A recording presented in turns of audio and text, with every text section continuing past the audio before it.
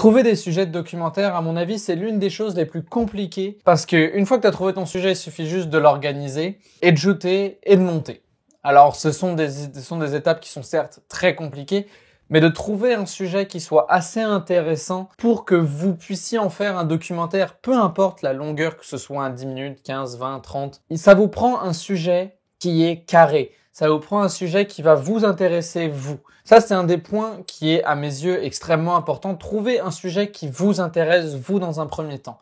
Vous allez être en première ligne de ce sujet pendant plusieurs semaines, mois. Et donc, si jamais vous ne prenez pas le temps de choisir un sujet qui vient vraiment vous chercher à l'intérieur et qui vous donne vraiment envie de l'accomplir et de raconter cette histoire-là, je suis désolé de vous le dire, mais ça va être extrêmement compliqué par la suite parce que vous allez vous retrouver avec une énorme baisse de motivation quant à est-ce que tu veux vraiment finir ce projet. Salut, je m'appelle Thomas Doucet, je suis photographe et vidéaste d'aventure et aujourd'hui, je t'invite dans une nouvelle aventure sur ma chaîne YouTube.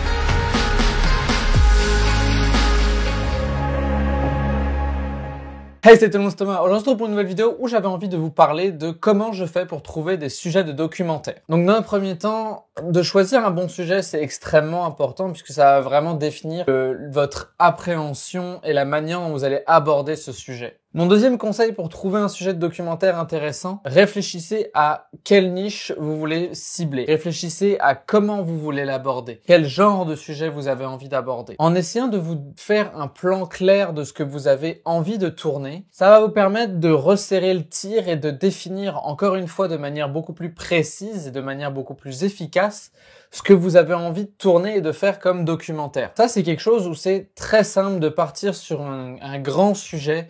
Je sais pas, n'importe quoi, l'aventure au général. En prenant le sujet très large de l'aventure, on se retrouve avec énormément de sous-niches. Ça peut être par exemple l'aventure au quotidien, l'aventure humaine, l'aventure psychologique. Ça peut être, il y a 1001 sujets qui peuvent découler de ça. Donc en ayant trouvé on va dire un sujet mère, trouvez-vous un sujet plus précis, plus niché. En trouvant un sujet beaucoup plus niché, ça va vous permettre vraiment d'être à la fois beaucoup plus précis, mais aussi d'avoir un but sur lequel vous pouvez y aller. Parce qu'en documentaire, c'est extrêmement simple de se perdre dans la multitude de sujets, dans la multitude d'histoires. Faut que vous gardiez en tête qu'une histoire peut être racontée de 1001 façons, mais que celle qui va être à vos yeux la plus importante, c'est la manière dont vous allez la raconter. On en arrive à mon troisième conseil et qui est la clé de toute cette vidéo-là. Comment trouver un sujet de documentaire? Personnellement, ma technique que je fais, c'est que je regarde sur les nouvelles locales, régionales, ou même du pays. S'il y a des sujets dans le domaine du sport, parce que ce sont les sujets dans lesquels je veux me spécialiser, je regarde si sur ces différents sites-là, il y a des options de documentaires intéressants. Ça peut très bien être là, par exemple, je suis en train de réfléchir à faire un documentaire sur quelqu'un qui veut passer de cycliste professionnel à temps partiel à cycliste professionnel à temps plein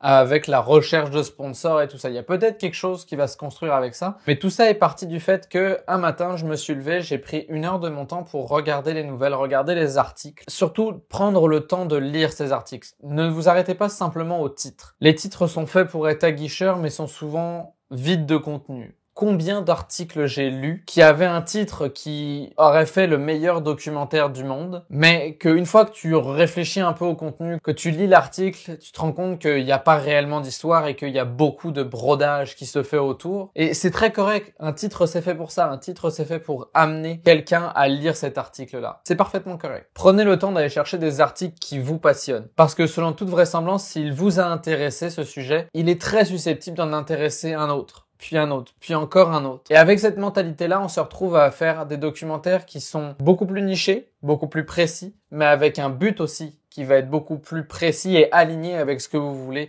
renvoyer comme image en tant que créateur de documentaire. Et voilà, c'est tout pour cette vidéo. J'espère qu'elle vous aura plu. Personnellement, j'ai adoré la faire. On est de plus en plus sur la chaîne, donc si jamais tu aimes ce que tu vois, n'hésite pas à t'abonner et à liker cette vidéo. Ça me ferait énormément plaisir. Sur ce, je vous dis à la semaine prochaine. Ciao tout le monde.